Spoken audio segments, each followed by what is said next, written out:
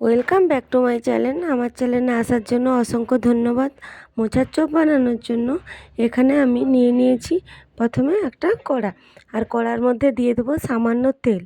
আর তেল গরম হয়ে এলে এর মধ্যে আমি দিয়ে দেবো জিরে, গোটা জিরে। জিরেটা একটু গরম হয়ে গেলে এর মধ্যে দিয়ে দেবো পেঁয়াজ কুচি। পেঁয়াজ আমি একটা বড় সাইজের নিয়েছি।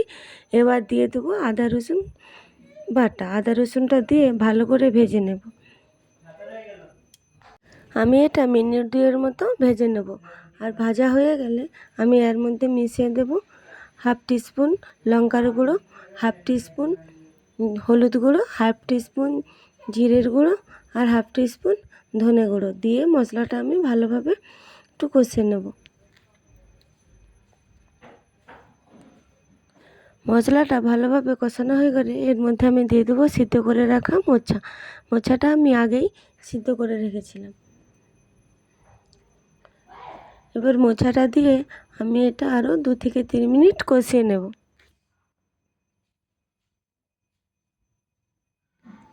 এবার কষানো হয়ে গেলে দিয়ে দেবো এতে আমি কাঁচা লঙ্কা কুচি। কাঁচা লঙ্কা কুচিটা দিয়ে ভালোভাবে মিশিয়ে নেব।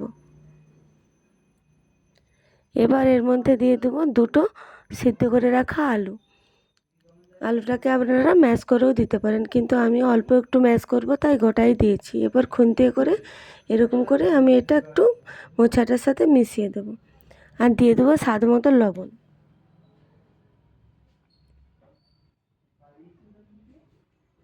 লবণটা দিয়ে আমি আরও বেশ কিছুক্ষণ কষিয়ে নেব।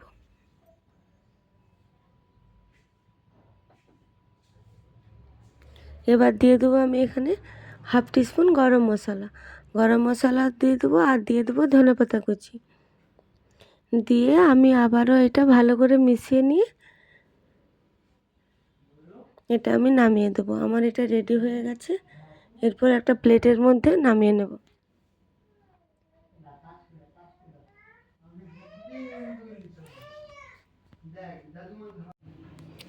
এবার একটা এরকম বোল নিয়ে নেবো, আর বোলের মধ্যে দিয়ে দেবো 2 কাপ বেসন। মোটামুটি এটা 200 থেকে 250 গ্রাম বেসন হবে। এরপর দিয়ে দেবো সামান্য জিরে গুঁড়ো, সামান্য ধনে গুঁড়ো, আর একটু লঙ্কার গুঁড়ো, আর দিয়ে দেবো সামান্য হলুদ গুঁড়ো। দিয়ে এটা আমি একটা গোলা তৈরি করে নেবো। আর দিয়ে দেবো স্বাদ মতো নুন। দিয়ে অল্প অল্প জল দিয়ে আমি এটা একটা ব্যাটার তৈরি করে নেব। দেখুন ব্যাটারটা এরকম ঠিক হবে না, আর একটু জল দিয়ে একটু একটু সামান্য পাতলা করে নেব। একটু মোটাও হবে না, পাতলাও হবে না, মিডিয়াম মতো রাখলেই হবে।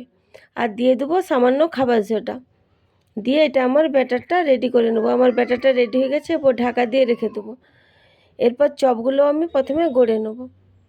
মোচার চপ একটু ভেজিটেবলের আকারে হয়, দেখুন আমি তাই এরকম করে বানিয়ে নেব।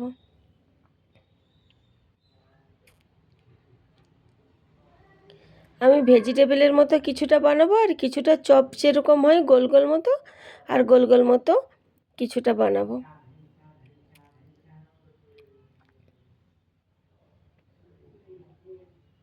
দেখুন আমার সব চপগুলো এরকম একে একে রেডি করে নেব।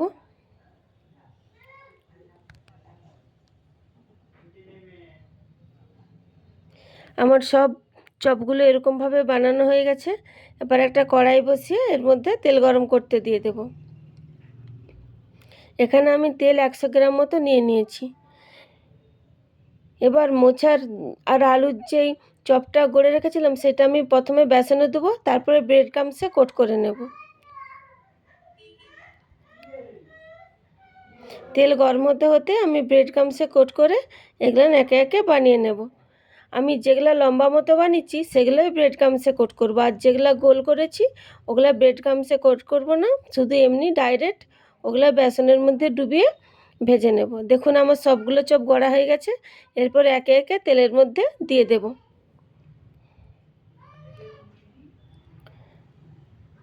আর গ্যাসের ফ্লেমটা লো টু মিডিয়াম করে দেব। আর যখন অল্প একটু লাল হয়ে আসবে তখন এগুলো আমি উল্টে দেব। এগুলো বেশিক্ষণ ভাজতে টাইম লাগে না, প্রায় 2 থেকে 3 মিনিট মতো ভাজলেই হবে। দেখুন এগুলো আমার হয়ে গেছে, প্রায় লাল হয়ে গেছে। এরপর আমি এগুলো তুলে নেব।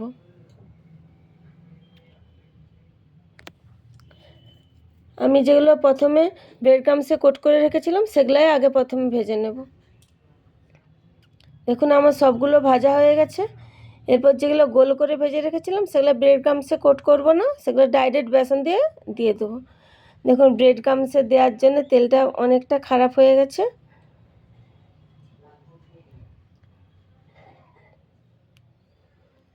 আমার এই চপগুলো হয়ে গেছে, এরপর নামিয়ে নেব।